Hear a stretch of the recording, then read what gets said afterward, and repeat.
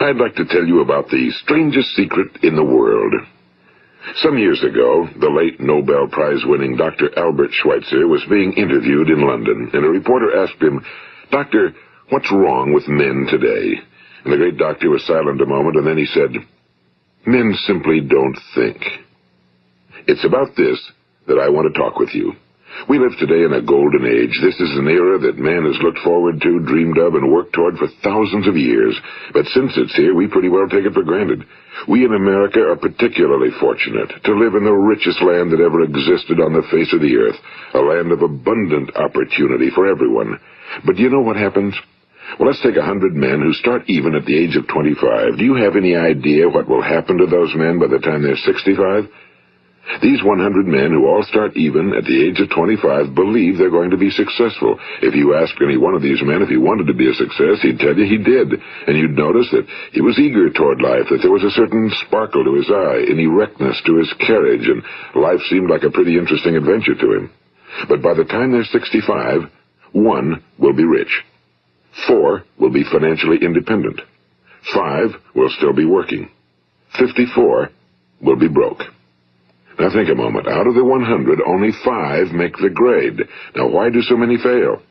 What has happened to the sparkle that was there when they were 25? What's become of the dreams, the hopes, the plans? And why is there such a large disparity between what these men intended to do and what they actually accomplished?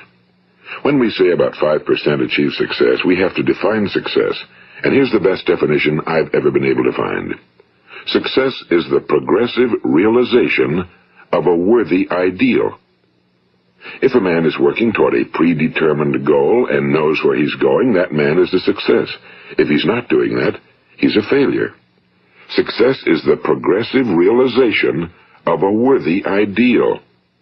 Rollo May, the distinguished psychiatrist, wrote a wonderful book called Man's Search for Himself. And in this book he says, the opposite of courage in our society is not cowardice. It is conformity. And there you have the trouble today. It's conformity, people acting like everyone else without knowing why, without knowing where they're going. Now think of it. In America right now, there are over 18 million people 65 years of age and older. And most of them are broke. They're dependent on someone else for life's necessities. Now, we learn to read by the time we're 7. We learn to make a living by the time we're 25. Usually by that time, we're not only making a living, we're supporting a family. And yet, by the time we're 65, we haven't learned how to become financially independent in the richest land that has ever been known. Why? We conform. And the trouble is that we're acting like the wrong percentage group, the 95 who don't succeed. Now, why do these people conform? Well, they really don't know. These people believe that their lives are shaped by circumstances, by things that happen to them, by exterior forces. They're outer-directed people. A survey was made one time that covered a lot of men, working men, and these men were asked, why do you work? Why do you get up in the morning? 19 out of 20 had no idea. If you ask them, they'll say, well, everyone goes to work in the morning, and that's the reason they do it, because everyone else is doing it. Now let's get back to our definition of success. Who succeeds? The only person who succeeds is the person who is progressively realizing a worthy ideal. He's the person who says, I'm going to become this, and then begins to work toward that goal. I'll tell you who the successful people are. A success is the school teacher who's teaching school because that's what he or she wants to do. The success is the woman who's a wife and mother because she wanted to become a wife and mother and is doing a good job of it. The success is the man who runs the corner gas station because that was his dream. That's what he wanted to do. The success is the successful salesman who wants to become a top-notch salesman and grow and build with his organization. A success is anyone who is doing deliberately a predetermined job because that's what he decided to do deliberately. But only 1 out of 20 does that. That's why today there isn't really any competition unless we make it for ourselves. Instead of competing, all we have to do is create. You know, for 20 years, I looked for the key which would determine what would happen to a human being. Was there a key I wanted to know which would make the future a promise that we could foretell to a large extent? Was there a key that would guarantee a person's becoming successful if he only knew about it and knew how to use it? Well, there is such a key, and I've found it. Have you ever wondered why so many men work so hard and honestly without ever achieving anything in particular, and others don't seem to work hard and yet seem to get everything? They seem to have the magic touch. You've heard them say that about someone. Everything he touches turns to gold. And have you ever noticed that a man who becomes successful tends to continue to become successful? And on the other hand, have you noticed how a man who's a failure tends to continue to fail? Well, it's because of goals. Some of us have goals, some don't. People with goals succeed because they know where they're going. It's that simple. Think of a ship leaving a harbor, and think of it with the complete voyage mapped out and planned. The captain and crew know exactly where it's going and how long it'll take. It has a definite goal. Now, 9,999 times out of 10,000, it will get to where it started out to get. Now let's take another ship, just like the first, only let's not put a crew on it or a captain at the helm. Let's give it no aiming point, no goal, no destination. We just start the engines and let it go. I think you'll agree with me that if it gets out of the harbor at all, it will either sink or wind up on some deserted beach, a derelict. It can't go anyplace because it has no destination and no guidance, and it's the same with a human being. Take the salesman, for example. There's no other person in the world today with the future of a good salesman. Selling is the world's highest paid profession, if we're good at it and if we know where we're going. Every company needs top-notch salesmen, and they reward those men. The sky's the limit for them. But how many can you find? Someone once said the human race is fixed, not to prevent the strong from winning, but to prevent the weak from losing. The American economy today can be likened to a convoy in time of war. The entire economy is slowed down to protect its weakest link, just as the convoy had to go at the speed that would permit its slowest vessel to remain in formation. That's why it's so easy to make a living today. It takes no particular brains or talent to make a living and support a family today. So we have a plateau of so-called security, if that's what a person's looking for. But we do have to decide how high above this plateau we want to aim. Now let's get back to the strangest secret in the world, the story that I wanted to tell you today. Why do men with goals succeed in life and men without them fail? Well, let me tell you something which, if you really understand it, will alter your life immediately. If you understand completely what I'm going to tell you from this moment on, your life will never be the same again. You will suddenly find that good luck just seems to be attracted to you. The things you want just seem to fall in line, and from now on you won't have the problems, the worries, the gnawing lump of anxiety that perhaps you've experienced before. Doubt, fear, well, they'll be things of the past. Here's the key to success and the key to failure. We become what we think about. Now let me say that again. We become what we think about. Throughout all history, the great wise men and teachers, philosophers and prophets have disagreed with one another on many different things. It's only on this one point that they are in complete and unanimous agreement. Listen to what Marcus Aurelius, the great Roman emperor, said. A man's life is what his thoughts make of it. Disraeli said this, everything comes if a man will only wait. I've brought myself by long meditation to the conviction that a human being with a settled purpose must accomplish it, and that nothing can resist a will that will stake even existence for its fulfillment. Ralph Waldo Emerson said this, a man is what he thinks about all day long. William James said, the greatest discovery of my generation is that human beings can alter their lives by altering their attitudes of mind. And he also said, we need only in cold blood act as if the thing in question were real, and it will become infallibly real by growing into such a connection with our life that it will become real. It will become so knit with habit and emotion that our interest in it will be those which characterize belief. And he also said, if you only care enough for a result, you will almost certainly attain it. If you wish to be rich, you will be rich. If you wish to be learned, you will be learned. If you wish to be good, you will be good. Only you must then really wish these things and wish them exclusively, and not wish at the same time 100 other incompatible things just as strongly. In the Bible, you read in Mark 9:23, if thou canst believe, all things are possible to him that believeth.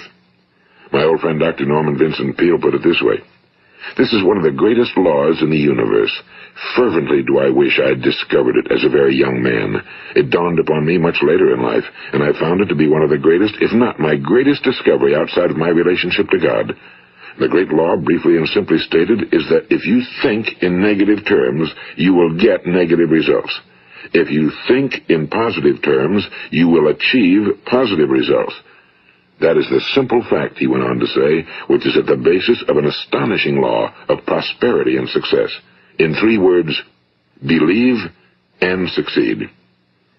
William Shakespeare put it this way: our doubts are traitors and make us lose the good we oft might win by fearing to attempt. George Bernard Shaw said, people are always blaming their circumstances for what they are. I don't believe in circumstances. The people who get on in this world are the people who get up and look for the circumstances they want, and if they can't find them, make them. Well, it's pretty apparent, isn't it? And every person who discovered this for a while believed that he was the first one to work it out. We become what we think about.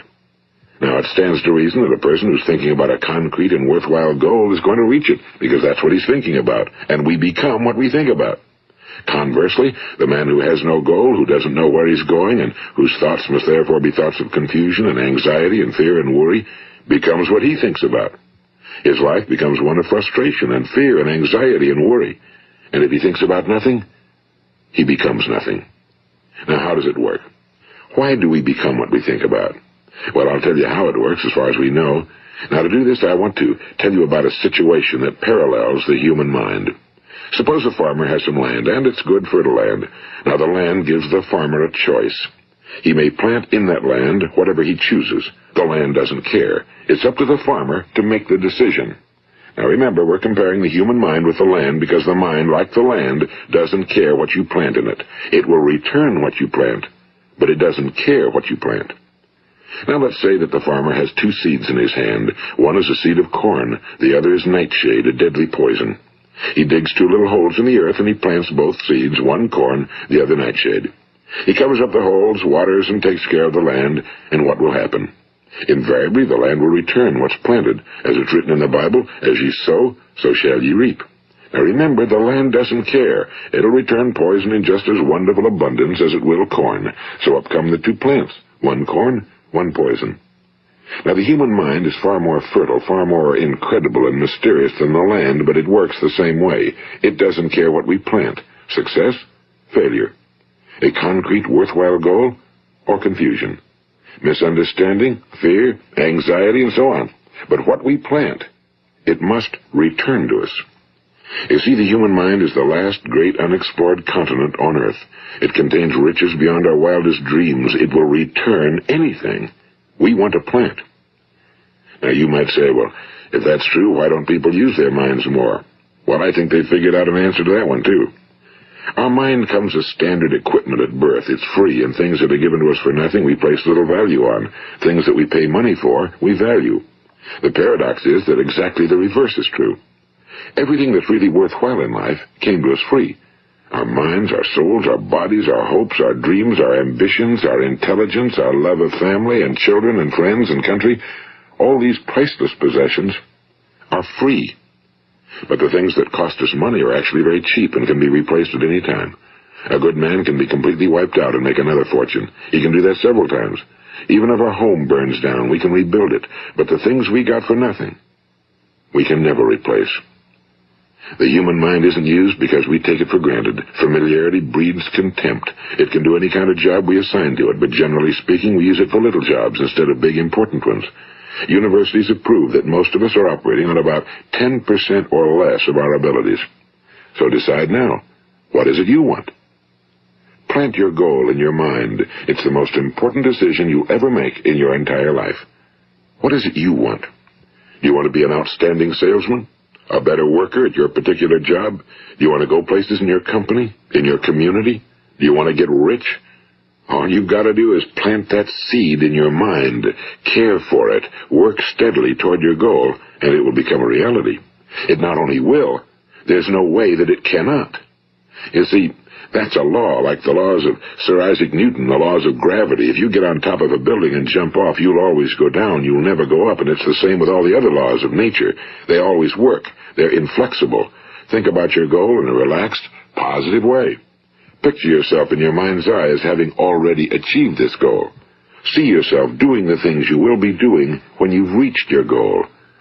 Ours has been called the phenobarbital age, the age of ulcers and nervous breakdowns and tranquilizers. At a time when medical research has raised us to a new plateau of good health and longevity, far too many of us worry ourselves into an early grave trying to cope with things in our own little personal ways without learning a few great laws that will take care of everything for us.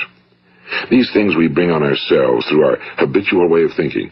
Every one of us is the sum total of his own thoughts.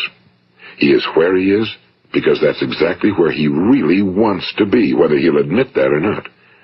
Each of us must live off the fruit of his thoughts in the future, because what you think today and tomorrow, next month and next year, will mold your life and determine your future. You're guided by your mind. I remember one time I was driving through eastern Arizona, and I saw one of those giant earth-moving machines roaring along the road at about 35 miles an hour with what looked like 30 tons of dirt in it, a tremendous, incredible machine, and there was a little man perched way up on top with the wheel in his hands guiding it. And as I drove along, I was struck by the similarity of that machine to the human mind. Just suppose you're sitting at the controls of such a vast source of energy. Are you going to sit back and fold your arms and let it run itself into a ditch? Or are you going to keep both hands firmly on the wheel and control and direct this power to a specific, worthwhile purpose? It's up to you. You're in the driver's seat. You see, the very law that gives us success is a two-edged sword. We must control our thinking. The same rule that can lead a man to a life of success, wealth, happiness, and all the things he ever dreamed of for himself and his family. That very same law can lead him into the gutter. It's all in how he uses it, for good or for bad. This is the strangest secret in the world. Now, why do I say it's strange, and why do I call it a secret? Actually, it isn't a secret at all. It was first promulgated by some of the earliest wise men, and it appears again and again throughout the Bible, but very few people have learned it, understand it. That's why it's strange, and why for some equally strange reason it virtually remains a secret. I believe that you could go out and walk down the main street of your town and ask one man after another what the secret of success is, and you probably wouldn't run into one man in a month who could tell you. Now, this information is enormously valuable to us if we really understand it and apply it. It's valuable to us not only for our own lives, but the lives of those around us, our families, employees, associates, and friends. Life should be an exciting adventure. It should never be a bore. A man should live fully, be alive. He should be glad to get out of bed in the morning. He should be doing a job he likes to do because he does it well. One time I heard Grove Patterson, the great late editor-in-chief of the Toledo Daily Blade, make a speech, and as he concluded his speech, he said something I've never forgotten. He said, "My years in the newspaper business have convinced me of several things. Among them, that people are basically good, and that we came from someplace, and we're going someplace. So we should make our time here an exciting adventure. The architect of the universe didn't build a stairway leading nowhere." And the greatest teacher of all, the carpenter from the plains of Galilee, gave us the secret time and time again. As ye believe, so shall it be done unto you. I've explained the strangest secret in the world and how it works. Now, on this side, I want to explain how you can prove to yourself the enormous returns possible in your own life by putting this secret to a practical test. I want you to make a test that will last 30 days. It isn't going to be easy, but if you'll give it a good try, it will completely change your life for the better. Now, back in the 17th century, Sir Isaac Newton, the English mathematician and natural philosopher, gave us some natural laws of physics which apply as much to human beings as they do to the movement of bodies in the universe. And one of these laws is that for every action, there is an equal and opposite reaction. Simply stated, as it applies to you and me, it means we can achieve nothing without paying the price. The results of your 30-day experiment will be in direct proportion to the effort you put forth. To be a doctor, you must pay the price of long years of difficult study. To be successful in selling, and remember that each of us succeeds to the extent of his ability to sell. Selling our families on our ideas, selling education in schools, selling our children on the advantages of living the good and honest life, selling our associates and employees on the importance of being exceptional people.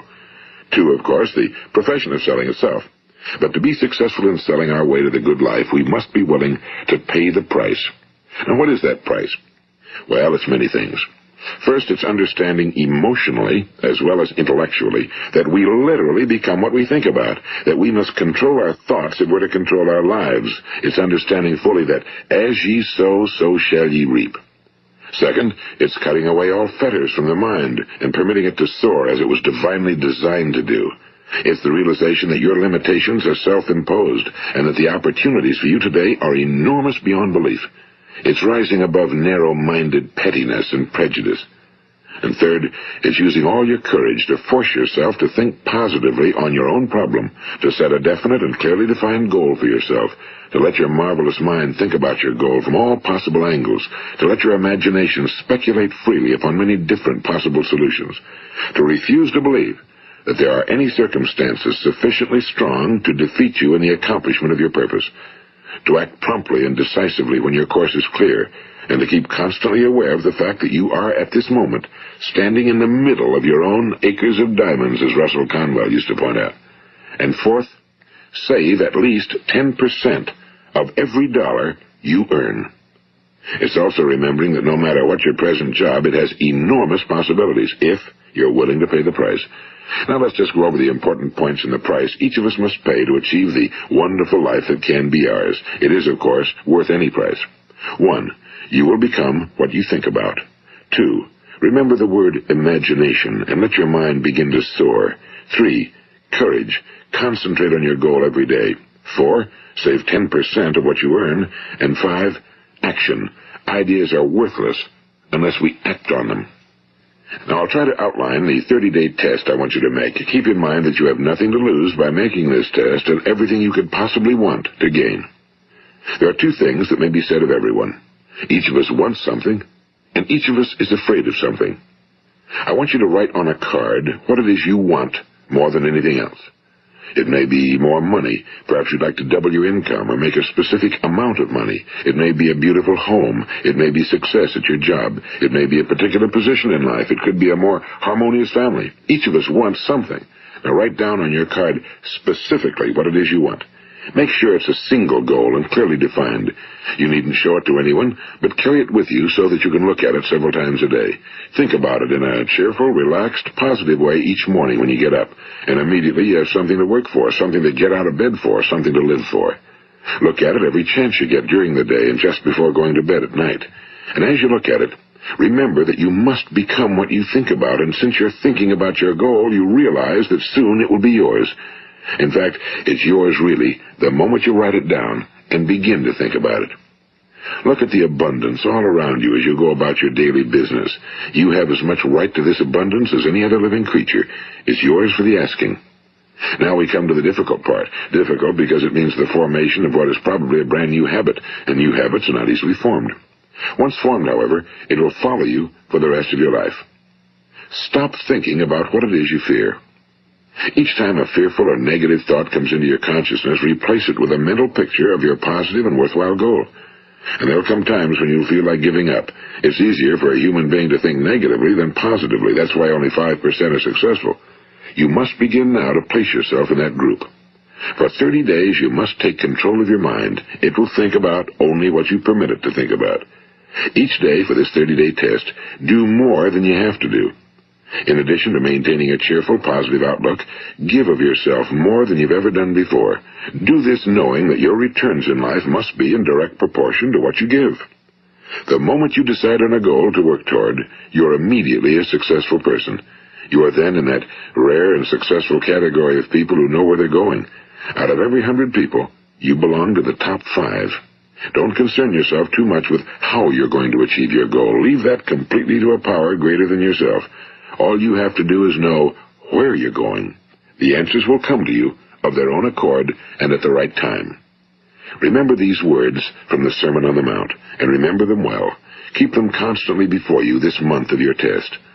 Ask, and it shall be given you. Seek, and ye shall find. Knock, and it shall be opened unto you.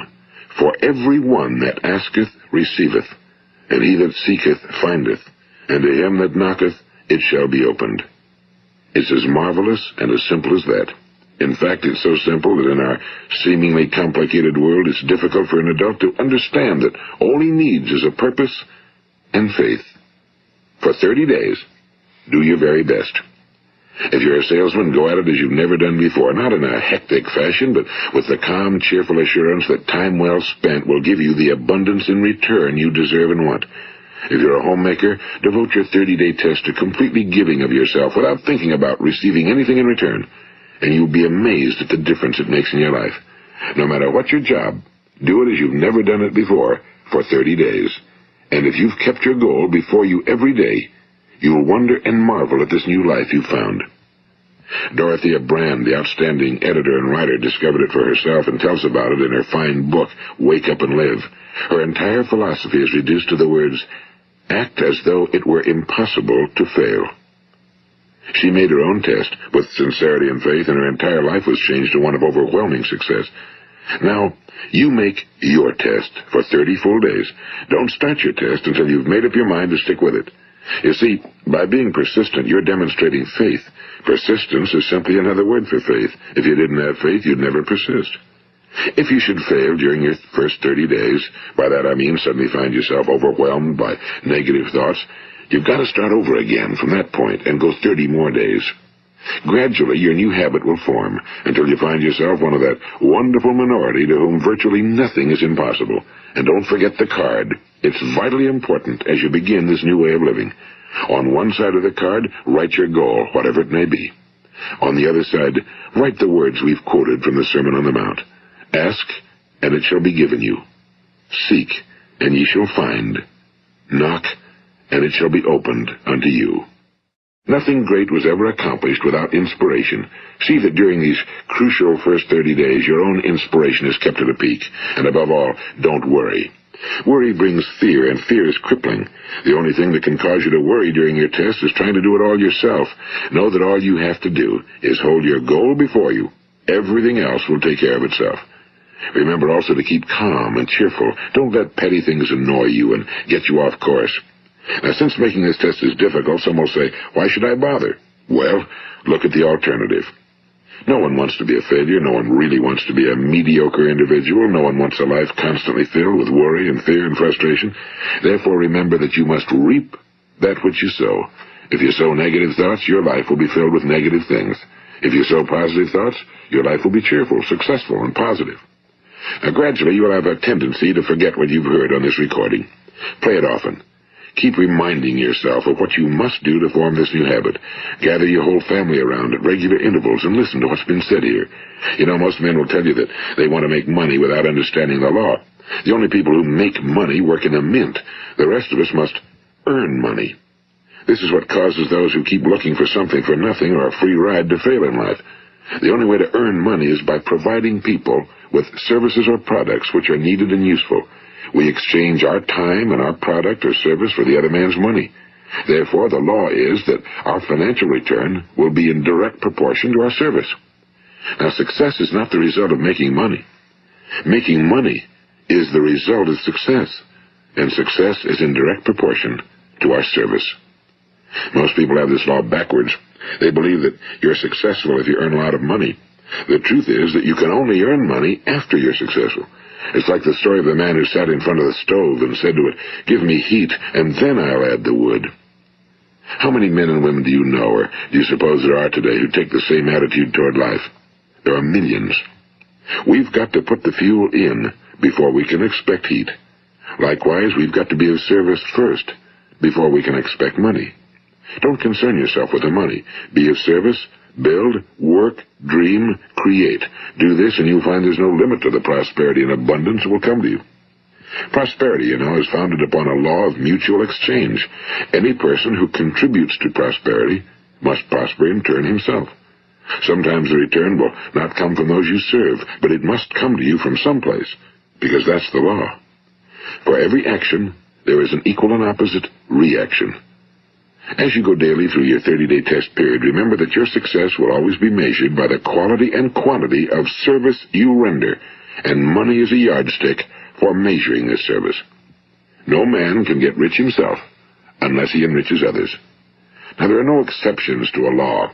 You can drive down any street in America and from your car estimate the service that's being rendered by the people living on that street. Had you ever thought of this yardstick before? It's interesting. Some, like ministers and priests and other devoted people, measure their returns in the realm of the spiritual, but again, their returns are equal to their service. Once this law is fully understood, any thinking person can tell his own fortune. If he wants more, he must be of more service to those from whom he receives his return. If he wants less, he has only to reduce his service. This is the price you must pay for what you want. If you believe you can enrich yourself by deluding others, you can end only by deluding yourself. It may take some time, but just as surely as you breathe, you'll get back what you put out. Don't ever make the mistake of thinking you can avert this. It's impossible. The prisons and the streets where the lonely walk are filled with people who tried to make new laws just for themselves. We may avoid the laws of man for a while, but there are greater laws that cannot be broken. An outstanding medical doctor recently pointed out 6 steps that will help you realize success. 1. Set yourself a definite goal. 2. Quit running yourself down. 3. Stop thinking of all the reasons why you cannot be successful and instead think of all the reasons why you can. 4. Trace your attitudes back through your childhood and try to discover where you first got the idea you couldn't be successful, if that's the way you've been thinking. 5. Change the image you have of yourself by writing out a description of the person you would like to be. And 6. Act the part of the successful person you have decided to become. The doctor who wrote those words is a noted West Coast psychiatrist, Dr. David Harold Fink. Do what the experts since the dawn of recorded history have told you you must do. Pay the price by becoming the person you want to become. It's not nearly as difficult as living unsuccessfully.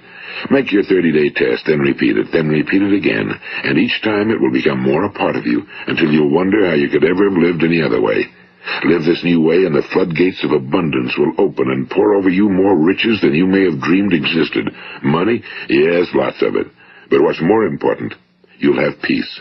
You'll be in that wonderful minority who lead calm, cheerful, successful lives. Start today. You have nothing to lose, but you have a whole life to win. This is Earl Nightingale, and thank you.